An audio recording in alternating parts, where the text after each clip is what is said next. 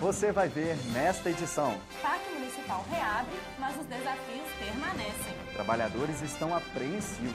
E os frequentadores preocupados com o destino dos gatos. Na capital, crianças descobrem o mundo dos brinquedos antigos. E a população, os museus e suas novas tecnologias. E você vai conhecer também a vida e o cotidiano de um povo milenar, os ciganos. O Jornal da Sala começa agora.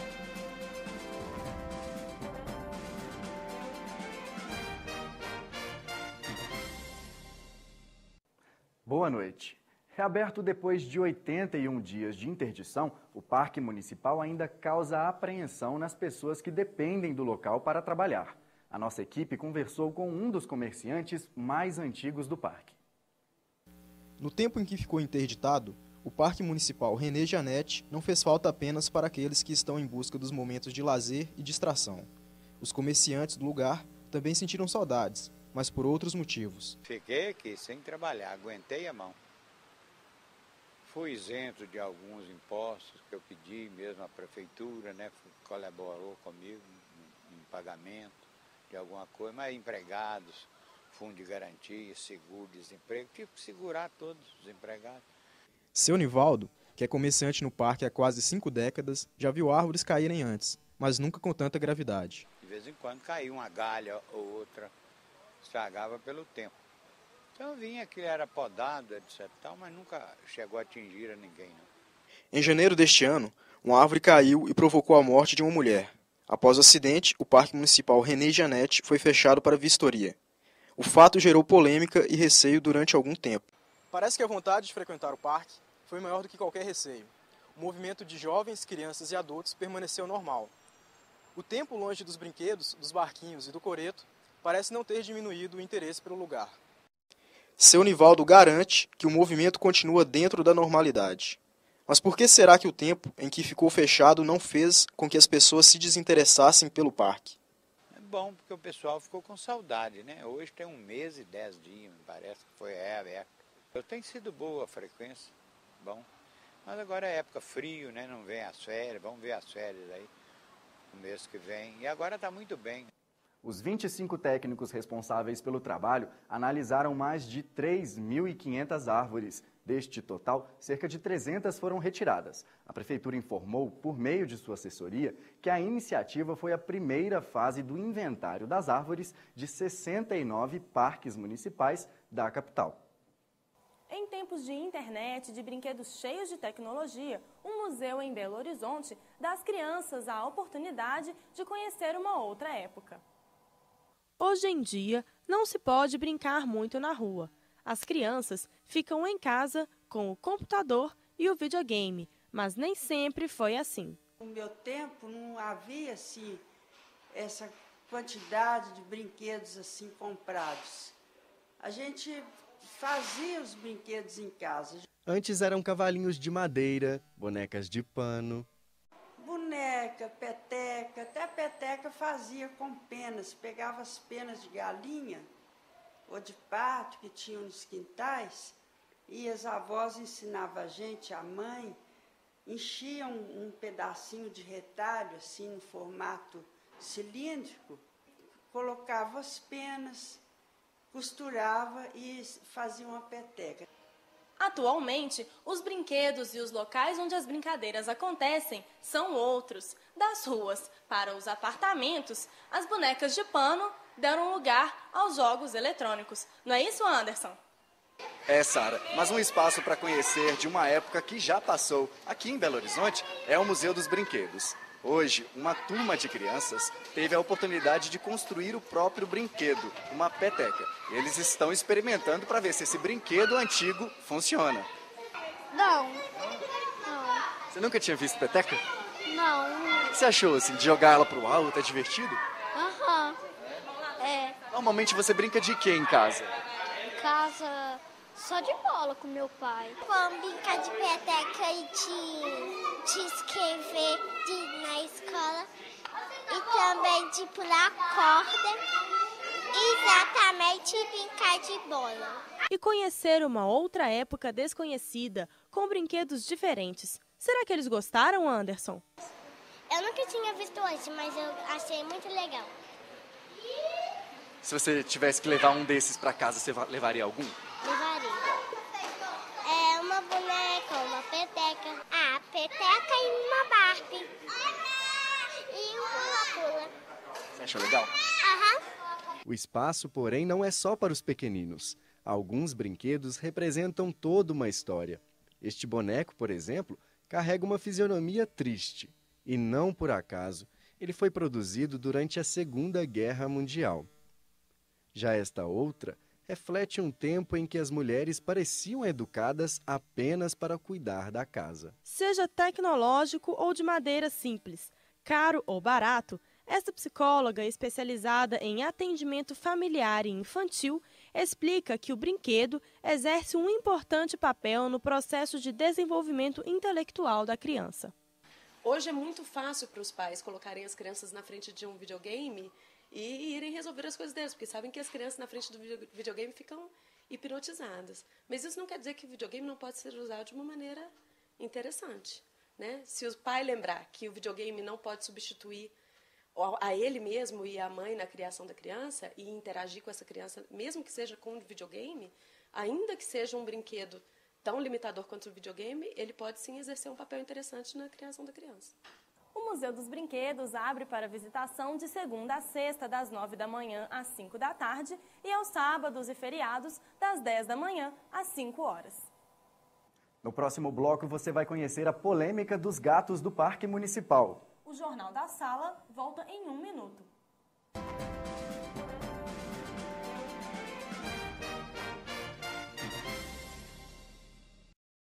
Curso Superior de Tecnologia e Produção Multimídia. Criação e planejamento em mídias digitais para diferentes plataformas de comunicação. Vestibular Graduação Tecnológica. Inscrições de 20 de maio a 14 de junho. Provas 27 de junho. www.fca.pucminas.br.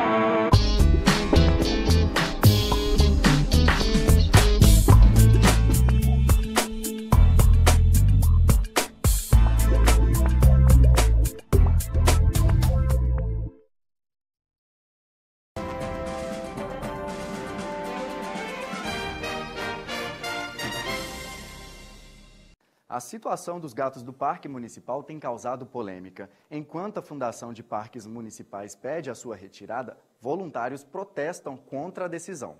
Cerca de 140 gatos vivem hoje no Parque Municipal. A maioria é vítima de abandono. Os bichos sobrevivem com a ajuda de voluntários que alimentam e cuidam dos felinos. Estando aqui, a gente tem dever humano e cristão de cuidar deles, porque a prefeitura não dá uma grama de ração. É esse alimento, essa ração que eu estou dando, o gato, são pessoas de bom coração que dão, aí eu cuido deles. E outras pessoas mais. O parque seria um lugar perfeito para os gatos se não fosse um problema. Eles interferem no equilíbrio ecológico do local.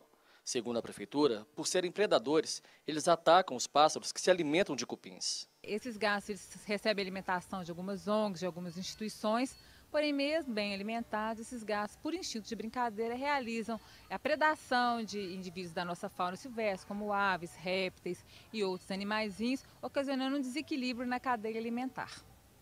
No início do ano, uma árvore infestada por cupins caiu e matou uma mulher. O parque ficou fechado por mais de 2 meses. 300 árvores que comprometiam a segurança dos frequentadores foram cortadas. O vereador Arnaldo Godoy também apoia a retirada dos gatos do Parque Municipal. O que acontece é que a população despeja os gatos aqui, isso tem trazido transtorno para os passarinhos, para os ninhos. Então eu penso, é uma medida boa. Evidentemente ninguém está defendendo exterminá-los, mas que sejam adotados pelos aqueles que defendem os gatos, enfim, distribuir nas entidades que acolhem esses animais. Se a culpa pelo desequilíbrio ambiental no parque é ou não dos gatos, ninguém sabe ao certo. Não é os gatos que comem passarinho, não. Quem come passarinho é gambá, é rato, que tem muito por aqui. Estão no ambiente deles, muita árvore, muita coisa. Eu sou contra.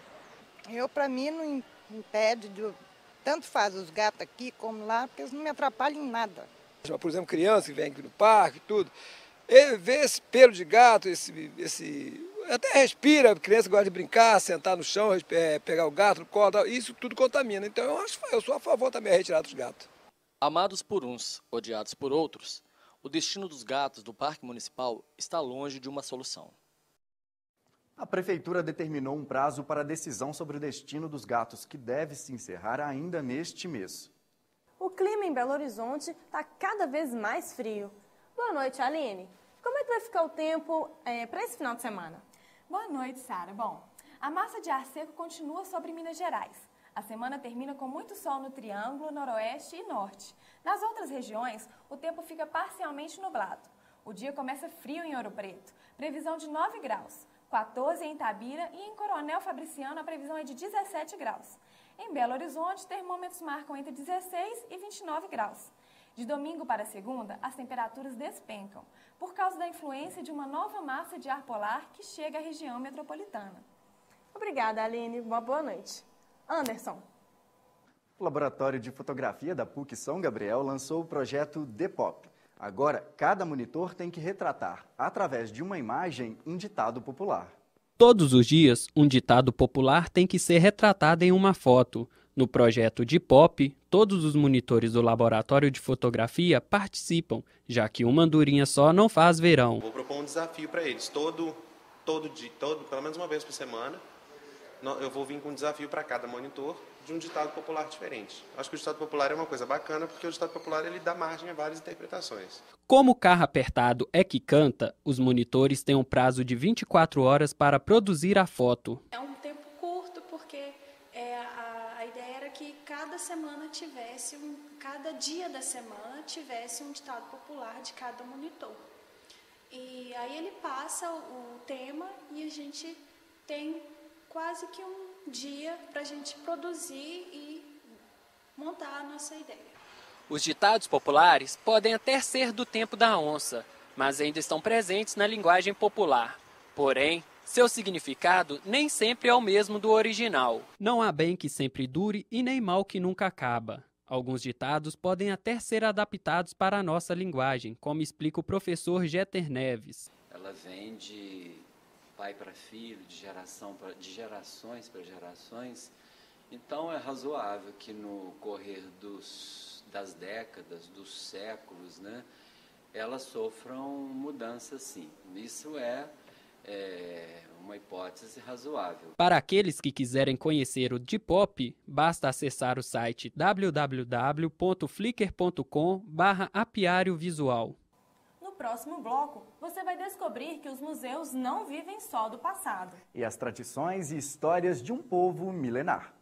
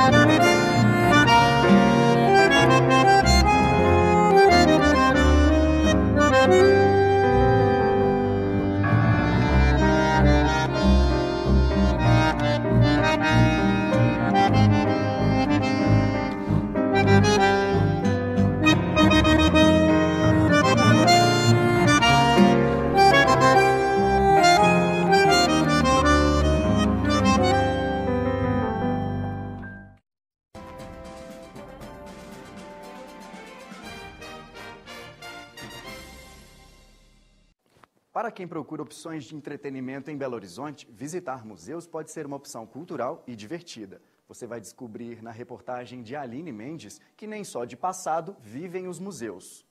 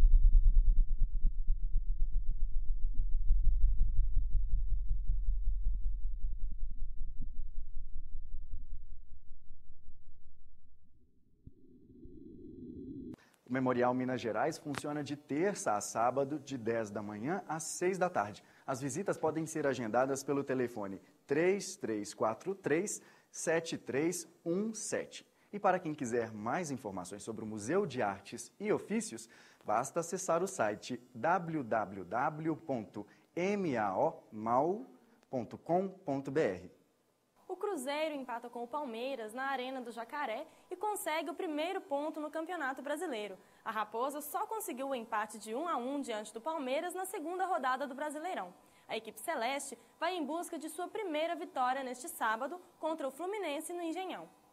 Já o Atlético segue sua preparação para o jogo contra o São Paulo, para se manter no topo da tabela do campeonato. A expectativa é de casa cheia na Arena do Jacaré no domingo. Antônio Marcos, como é que fica a situação dos dois times mineiros nesta rodada? Boa noite. Boa noite, Anderson. Boa noite para você que está em casa. Bom, o Cuca já deu seu alerta aos jogadores. O treinador sabe que se o time celeste não vencer seu próximo jogo contra o Fluminense, a pressão em cima de seu cargo será forte. A equipe ainda não conseguiu mostrar em campo aquele futebol vistoso que fez com que o time fosse considerado o Barcelona das Américas. E o Galo? Já no Galo, a situação é bastante diferente do seu rival. Líder do campeonato, com 100% de aproveitamento, o time tem o melhor ataque ao lado do Vasco e uma das defesas menos vazada. Tá certo que ainda estamos no início do campeonato, mas nenhum atleticano esperava um início tão bom quanto este. Temos que ressaltar que o grande mérito dessa campanha é do técnico Dorival Júnior, que não deixou o time se abalar após a perda do Mineiro para seu maior rival e ainda promoveu a subida de vários garotos da base, como Giovani e Felipe Souto. Obrigado, Antônio. Valeu. Sara? Eles vivem em cabanas e têm uma rotina completamente diferente. Em Belo Horizonte, você pode encontrar uma parte desse povo que resiste às mudanças do tempo, os ciganos. A música e a dança estão na essência da cultura cigana. A história milenar desse povo passa nos países entre o Oriente Médio e a Ásia. Os ciganos têm uma história associada à Índia na sua origem. Então, muito provavelmente, a origem dos ciganos é a Índia, o norte da Índia. Mas é uma história de mais de 1000 anos, que passa por vários países da Ásia, da África e, sobretudo, na Europa, onde as comunidades ciganas formam um total de alguns milhões. Na região metropolitana de Belo Horizonte, especialistas calculam que existem aproximadamente 3.000 ciganos. Ciganos do bairro São Gabriel são ciganos de origem Calon.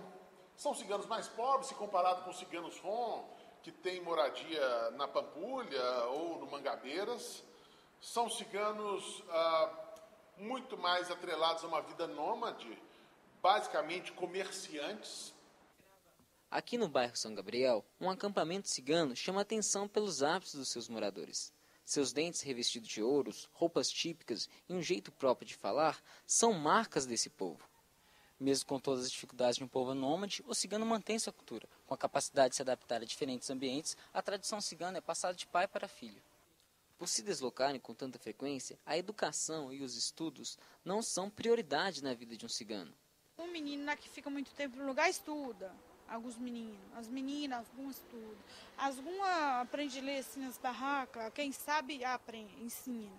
E quem não aprende, vai depende da idade, vai para a escola. As meninas vai até metade da idade, as meninas. Depois não vai mais no que nós não deixa. Para muitos ciganos, o aprendizado e o conhecimento não são obtidos na escola. Mas eu não aprendi nada não deu o prazo de aprender assim não, muita coisa, não sei meu nome assim, mais ou menos. A nossa tradição, assim, não tem muito costume de estudar, de aprender a ler e escrever não, sabe? Eu já entendo muitas coisas, eu já entendo mais do que a pessoa que estuda. Outros ciganos gostariam de aprender mais. Eu estudei nenhuma série, não estudei não. Vontade tem, mas nós não paramos no local, né? Não tem dinheiro nem tentar não.